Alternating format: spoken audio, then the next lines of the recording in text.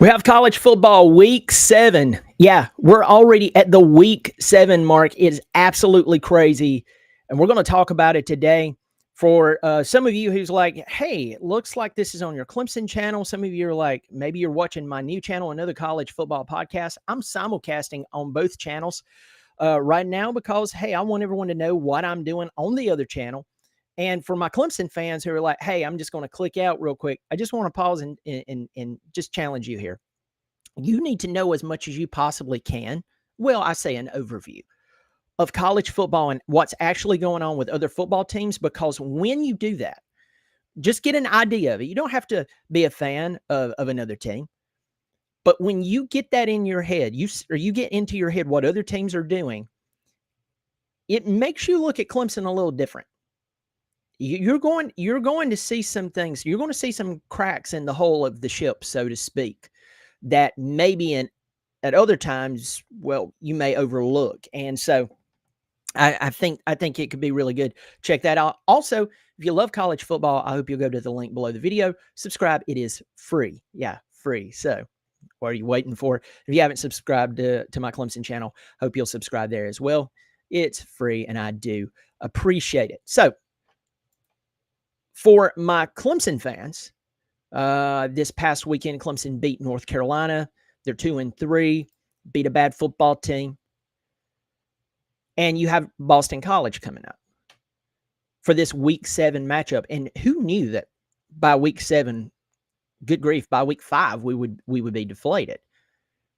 But in the grand scale of college football, there's 2 teams right now that were in the top 5, respectfully, I believe number 1 and number 2, give or take the order, that are no longer in the top 25, and that's Penn State and Texas. Now, Penn State lost 2 games in a row, but that they lost to an 0-4 UCLA team, that did a lot. That did a lot to the perception of their team. And I'm shocked that it came 2 weeks in a row. I expected Penn State to at least lose 1 ball game. I haven't been buying into their team. And I just simply said, show me that you're different. And they lost 2 games in a row. The big one, the unforgivable one, is to UCLA with a guy who just found out, I think he said they had 2 days to practice the new game plan, went out and beat Penn State. Yeah, Jerry Neuheisel. That's what he did. 33-year-old Jerry Neuheisel. Then you have Texas falling out of the top 25 after losing to a Florida team that, it's just nuts. It's just absolutely crazy. Before I dive into the schedules, say hello, Kane Sisk. Good to see you. John, it's good to see you, my friend. Chase B, been hearing it for a while now. But may there to you, my friend. Wrestler Weekly became a member. Thank you so much for supporting on a monthly channel, my friend, or monthly basis. I really do appreciate that. And if you want to do that, folks, I made it really affordable, $3 or $5 per month. The link is, or it's not a link, it's actually a button below the video. So if you want to do that, join Wrestler Weekly. I hope you'll do that. Wrestler Weekly, thank you for that. Where's the bug? Where's the bug? Where's bug?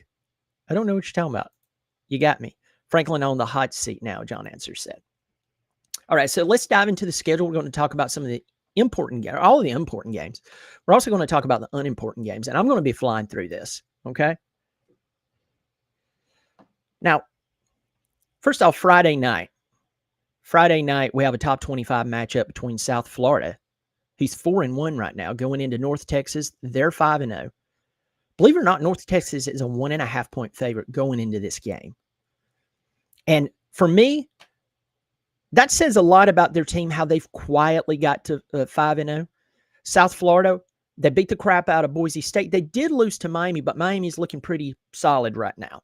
I'm pumping the brakes on calling Miami back. I'm not going to say that, but I really believe that Miami is across the board. I know they had Cam Ward last year, but across the board, they look pretty strong. So, South Florida with that win that against all the teams and only losing to Miami, a lot of people can forgive that. Now, North Texas, I'm going to tell you, I don't know a ton about them. Here's what I do know, is that South Florida, going into Denton, only being a 1.5-point underdog, I see South Florida winning this ball game. I think they have the coaching to do it. Let's talk about Let's talk about this coming Saturday. 12 o'clock on Fox, you have Ohio State traveling to Champaign, Illinois, to play the number 17 Illinois Fighting Illini. Listen to me here. Illinois lost one ball game. They didn't lose it. They got drugged. They got the color beat out of their jersey.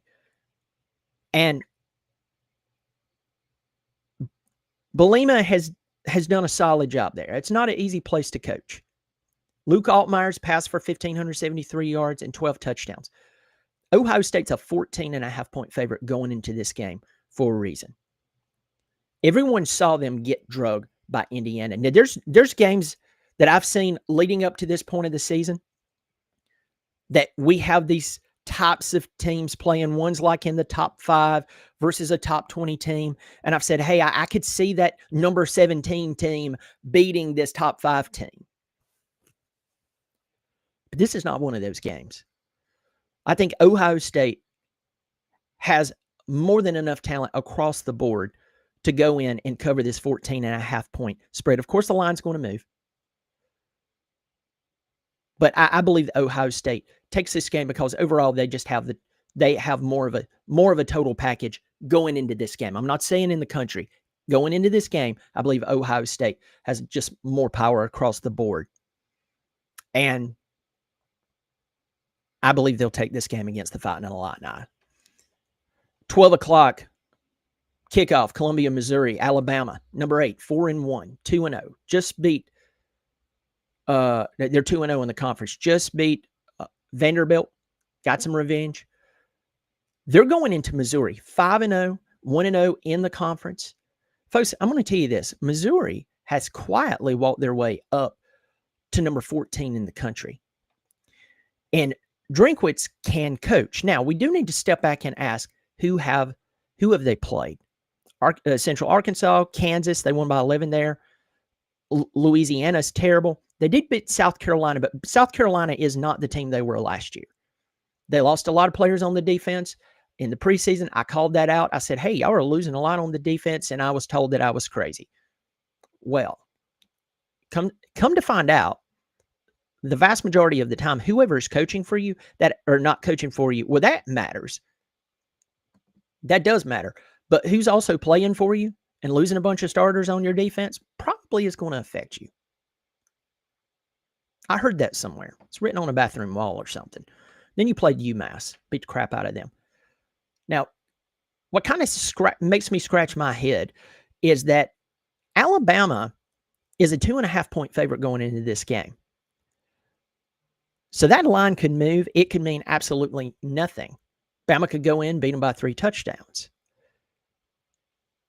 But I see Alabama coming into this game probably struggling early on, but I see them taking it. I just don't see Missouri winning this ball game. Like when I looked at Texas and Florida, I could see Florida somehow winning that game. When I looked at Ole Miss and LSU, which that's not even comparing apples to apples. I'm sorry. That was wrong. But seeing Mississippi State play Arizona State earlier this year, I said I could see them winning that game. When I look at Alabama and Missouri, again, I don't see Missouri winning this game. They may play them very, very well. But I see Alabama covering the 2.5 right now, and I see them winning this ball game, giving Missouri their first loss, and Alabama getting win number 5 and going 3-0 in the conference. I just think Ty Simpson and Kalen DeBoer just has too much going for them right now. I think that Ty Simpson is on a roll, and that is the difference. The guy is just, after that week 1 loss to Florida State, they were embarrassed and people wanted Kalen DeBoer to be fired. Ty Simpson has stepped up 1,478 yards, 13 touchdowns, 1 interception. That's why I believe they'll beat Missouri. 3:30 on CBS. We have Indiana traveling to Oregon. Indiana is 5-0, 2-0 in the conference. Oregon, 5-0, 2-0 in the conference. Oregon's a 7.5-point favorite in this game. What Kirk Cignetti has done at Indiana is impressive. No one has done this well at Indiana ever. Ever. But when you look at the spread at 7.5, in favor of Oregon. You see that Dante Moore is thrown for 1,210 yards, 14 touchdowns, and 1 interception. You step back and you look at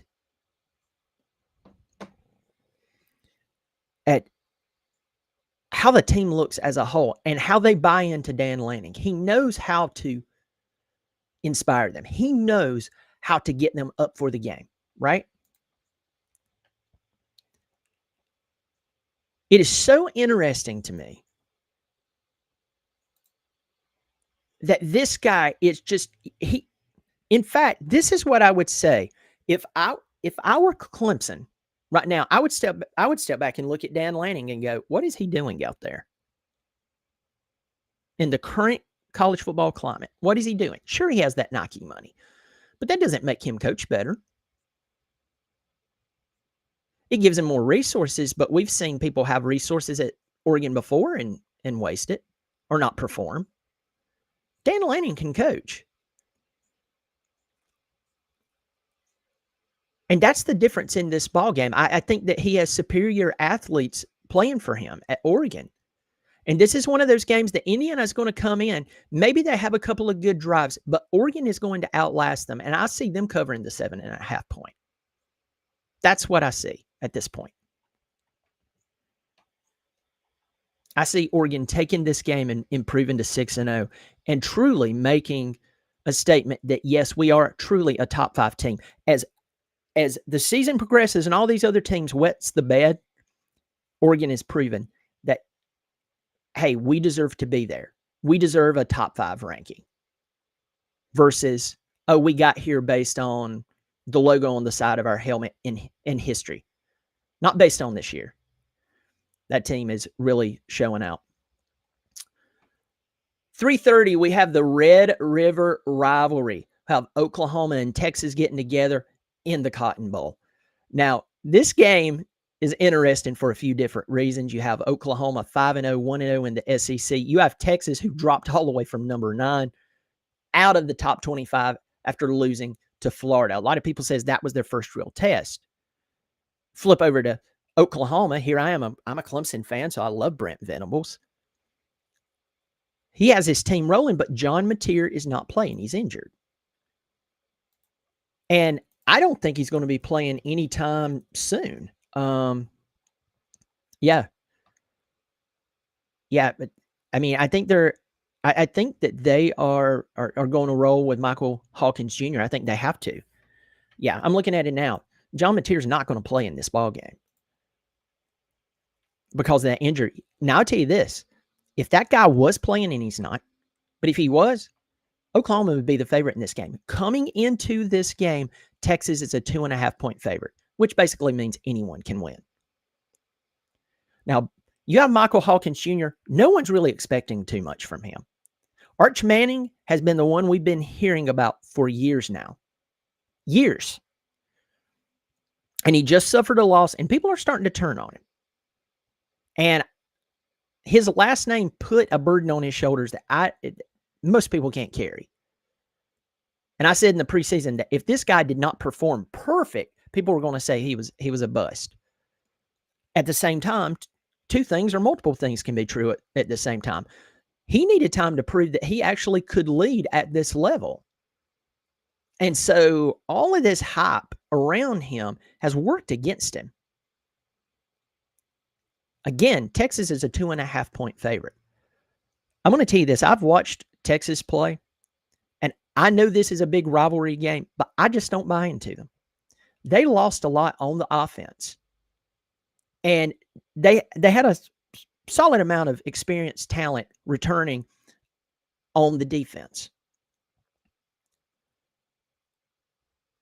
But that hasn't changed too much. The defensive players can't go over. They can't go over and play offense. I mean, they could, but be exhausted. I just have a hard time buying into Texas right now. And if this was not a rivalry, this was just Oklahoma and Texas, you take Red River rivalry at the old Cotton Bowl out of it, I think everyone would look, including Vegas, would look at Oklahoma a little different here, even without John Mateer. I see Oklahoma winning this ball game. There's just something about Texas that I just can't buy into. I just can't buy into it. And I think Arch is having to find his way.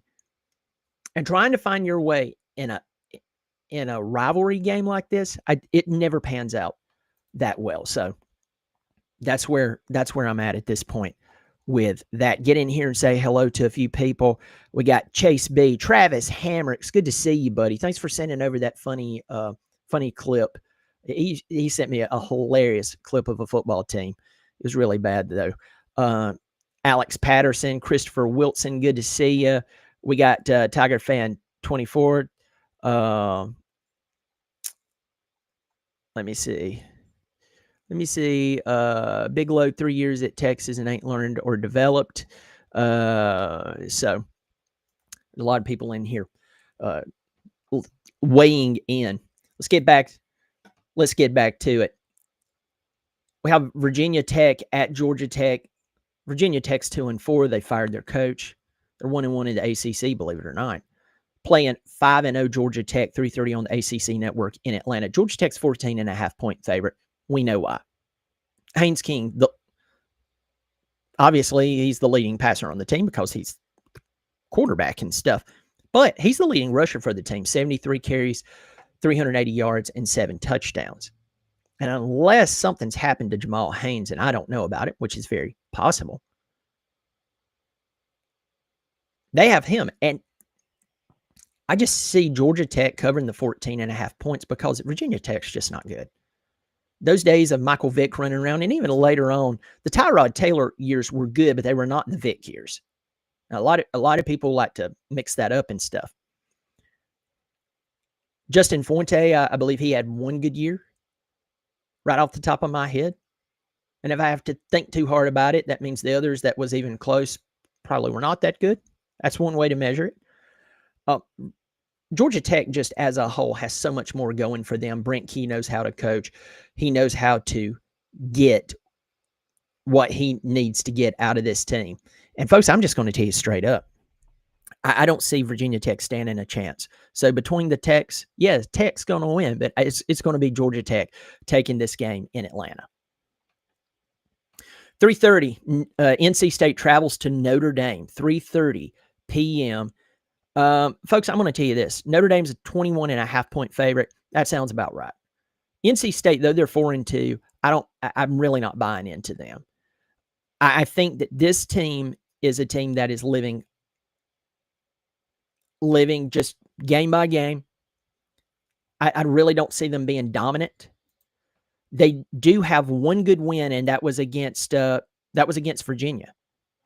Since then, they've dropped 2 out of the last 3 games. One of them was to Virginia Tech, 23-21. And then Campbell, they beat 56-10. So, I mean, come on. You're going into Notre Dame, and I'm telling you this. They started off slow against Boise State. The boys from the Blue Field actually gave them a pretty doggone good game. And then the talent gap. And it just opened it up. Notre Dame won 28-7 over Boise State. I see Notre Dame coming in and winning this ball game by 21 points. I can see it right now. It's not unfathomable for me. But I see Notre Dame coming in and just, CJ Carr, the guy looks good.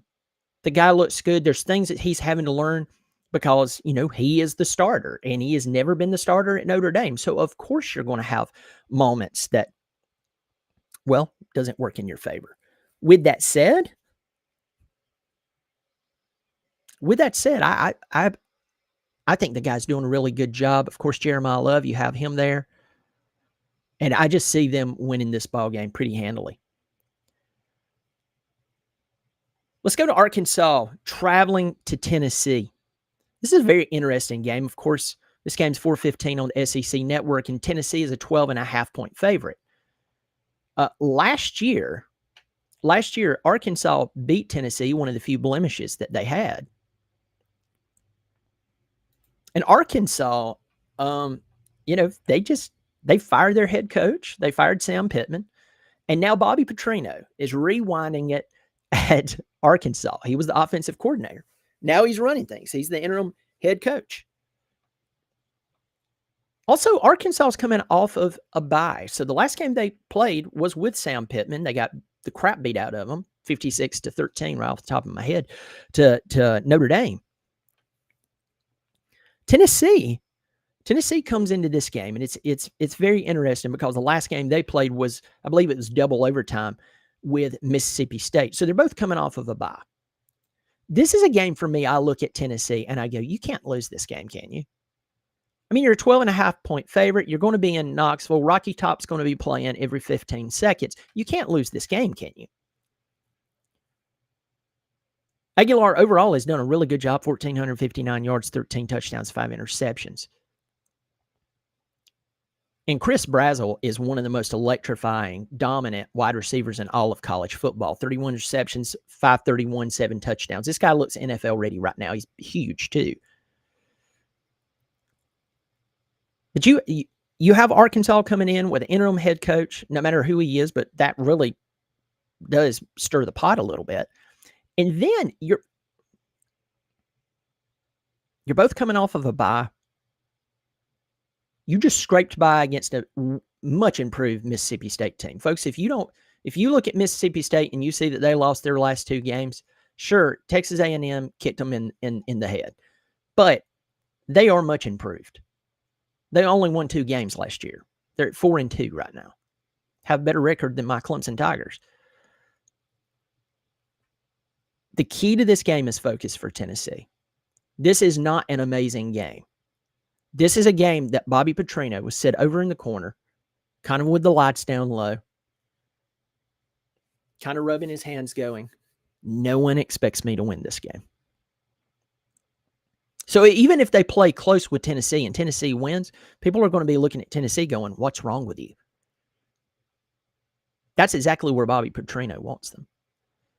Tennessee cannot be flat and unfocused in this game, period.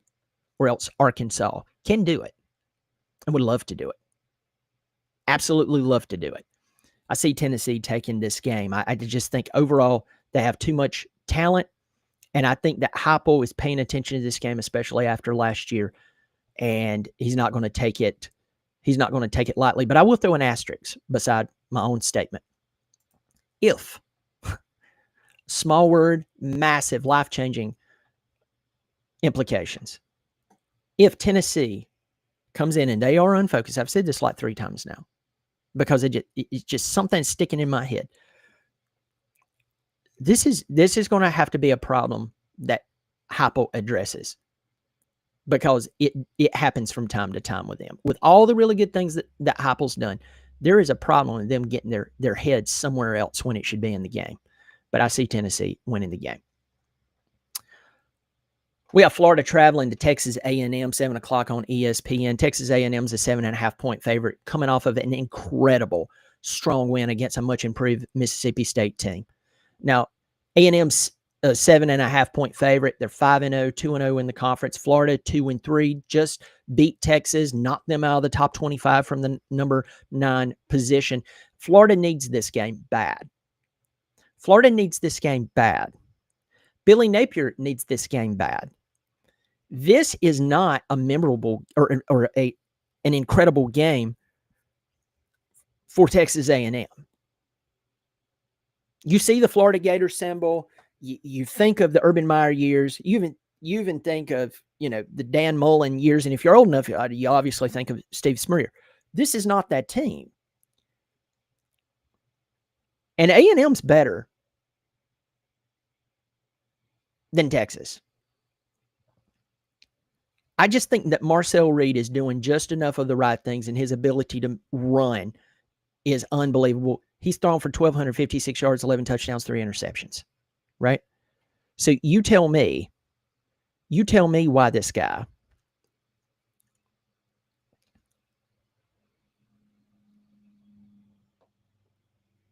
guy would fall apart in this game. I don't see him falling apart in this game. I really don't, folks. I see him coming out there. I see Florida playing them very, very well. But I believe that Texas A&M pulls away in this game because there's just too much working for them. There's too much working in their favor, folks.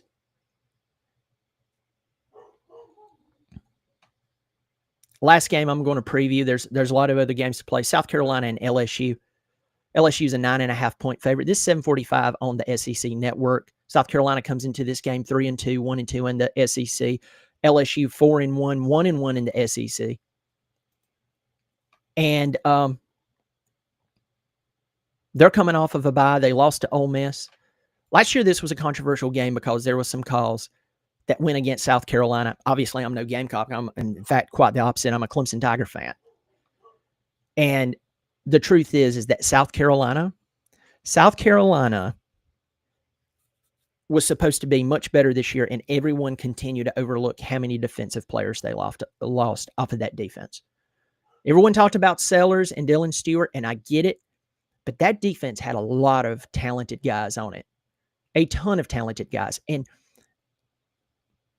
Gamecock, Clemson Tiger or not, whatever, it matters when you lose that much talent.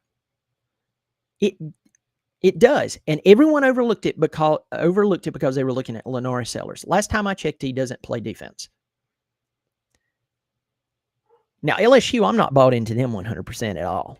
LSU is 4-1, but I don't see them as being this overly powerful football team.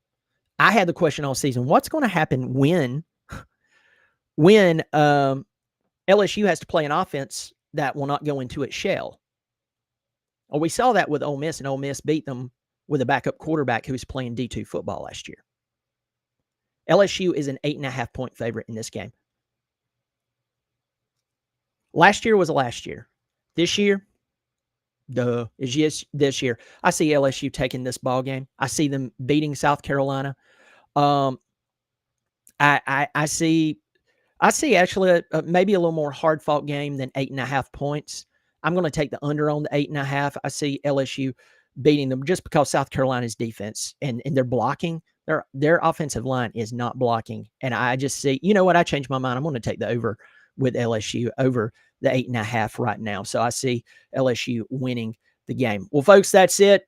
There's other games that are going on, but those are some of the games I wanted to highlight. Let me know in the comment section, what game are you watching this weekend? What game should I have mentioned? Let me know what you think the outcome will be there. Also, some of the games of the games I mentioned, where do you agree with me? Where do you disagree? Tell me why. I would love to hear it.